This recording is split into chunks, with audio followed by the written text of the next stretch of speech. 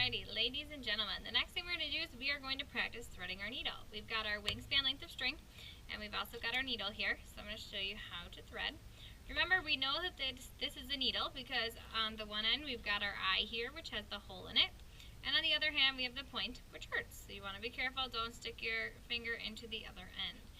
Alright, so what we're going to do is we are going to take our string, and we're going to find our end here. And sometimes you might find this helpful to lick the end of the string. The biggest piece of advice I can give you when you're going to thread this is you don't want a super long amount of string because you're going to have a hard time. It's just going to get stuck like this and you're never going to be able to get it through the hole.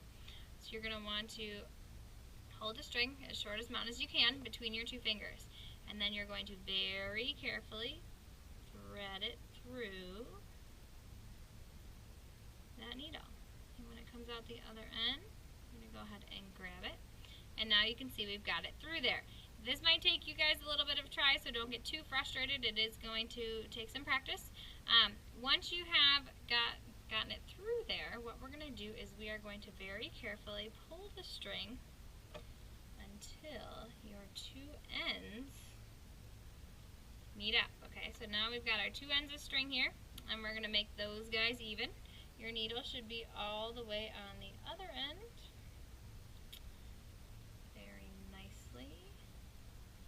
Situated here. Okay, so this is not going there, and we got these two ends. Alright, so on this end, what we're going to do is we're going to hold these two pieces together. Now, we are going to learn how to tie a knot, okay? Now, for some of you, this might be more difficult than others. It's kind of like tying a balloon. There are a couple different ways you can tie a knot. You'll find the one that works best for you. I personally like to use the two-finger method. You're going to go ahead, you're going to take those two pieces, and you're going to very carefully wrap them around your two fingers. And you can see they're crossing right here. So what I'm going to do is I'm going to pinch where they cross here. I'm going to take my fingers out, and you've got this little loop here where you have just had them wrapped around your finger.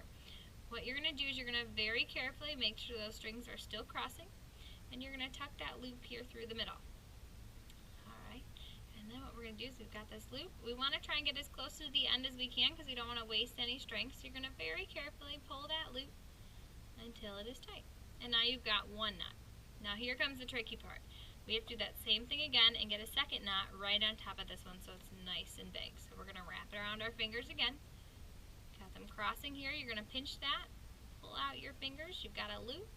You're going to very carefully tuck that string right through that loop. And now we're going to pull very carefully so that we get the one knot right on top of the other there.